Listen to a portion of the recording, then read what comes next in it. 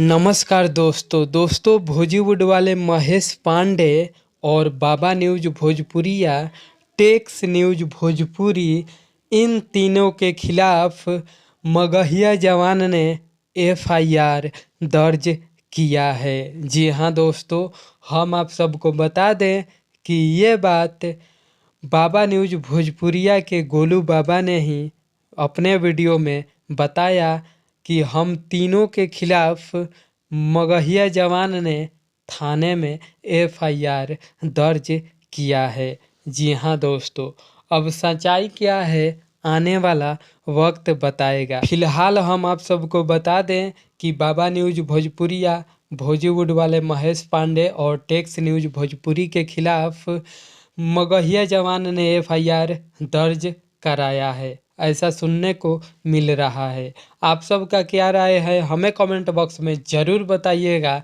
मिलते हैं अगले अपडेट में, तब तक के लिए नमस्कार, बाय बाय, जय हिंद दोस्तों।